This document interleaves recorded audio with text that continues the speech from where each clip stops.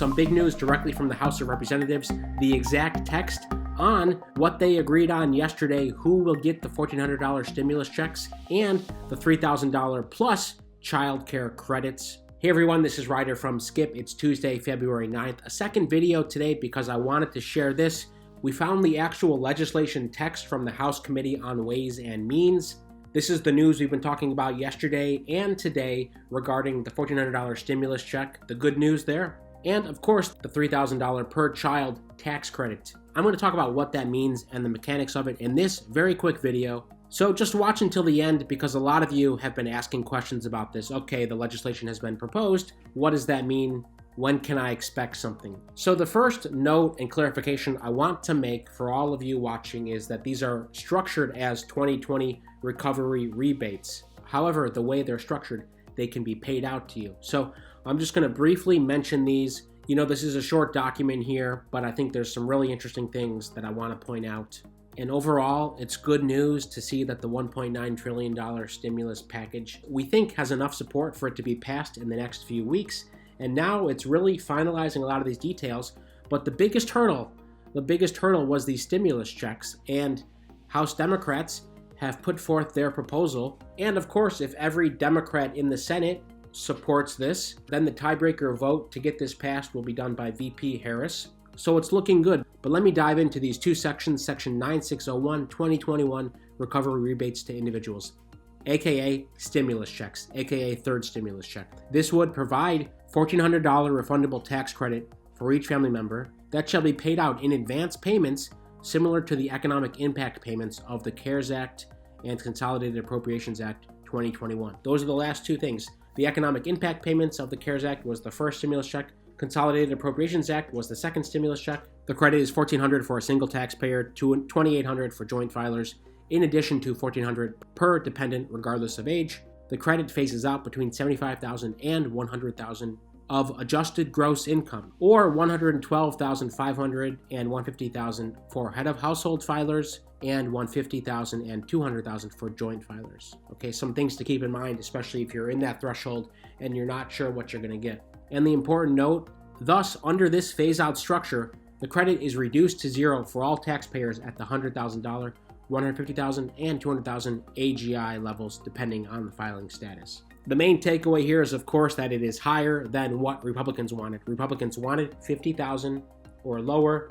They would save hundreds of billions of dollars by doing that. And I mentioned Bernie Sanders' point. He said, well, just because you're earning $52,000 in California or Vermont, does that mean you should not get the full amount? That's his argument. And the economic data shows that these stimulus checks are good for the economy. Here's the caveat in case you care about these details, how it's structured. The Treasury is directed to issue this as a credit, as an advance payment based on the information of 2019 or 2020 tax returns. So keep that in mind. Furthermore, Treasury is given broad authority to make payments to non-filer populations based on return information available to the Secretary.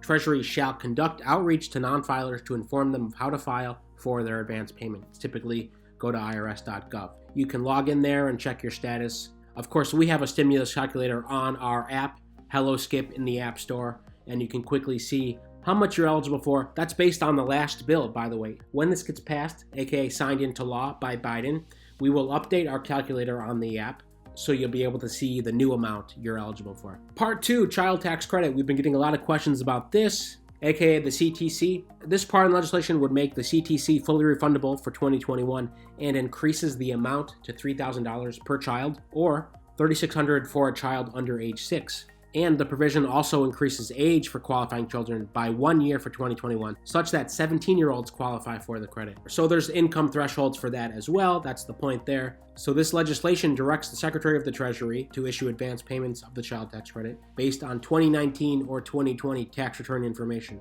The payments are intended to be delivered on a monthly basis, but if the Secretary determines that this frequency is infeasible, the Secretary is directed to issue the payments as frequently as is feasible. So that's a good example of the Treasury having some leeway in interpreting the law, if this is the one that gets signed into law. The advance payments under this section do not begin until July 1st, 2021. So one example they give here, and I'm going to just read it very quickly. If a taxpayer with 2 children above age 5 qualifies, they would receive $500 per month. So basically 2 times $3,000 divided by 12 every month of the year for each of the 6 months remaining in calendar year 2021 for a total of $3,000. The remaining $3,000 would be claimed in 2021 on the taxpayer's tax return. If, however, the Secretary determined that it was feasible to make payments every 2 months, each advance payment would total $1,000. Okay, so that's at the discretion of the Secretary how frequent to make these payments. And some good news here, the Secretary is directed to establish an online portal to allow taxpayers to opt out of receiving advance payments and provide information regarding changes in income, marital status, and number of qualifying children for purposes of determining each taxpayer's maximum eligible credit. Right? We get this all the time. Your situation changed between 2019 or 2020 whenever you filed last. Happens to millions of people, and you want to tell the IRS, my information changed. Same thing with your businesses too. I talk to people every day who've had their business change somehow and they're trying to get the SBA to understand, hey look, this has changed. Can you look at the new information? Similar here, part of this legislation says you have to provide an online portal so people can change their information, obviously prove that the new information is valid. So those are the two main things I wanted to point out tonight.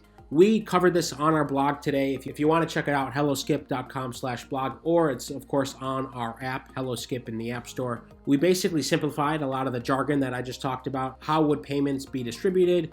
Who would qualify? Will the changes to the tax credit be permanent? Those are the three main questions. And of course, as this news evolves, we will cover it, such as when it goes to the Senate. If there are any modifications, we will cover it. Bottom line, this is a good situation. If you are a family of 4, let's say, 2 adults, 2 kids, we are talking about $2,800 for the adults, $6,000 for the kids, combined that is.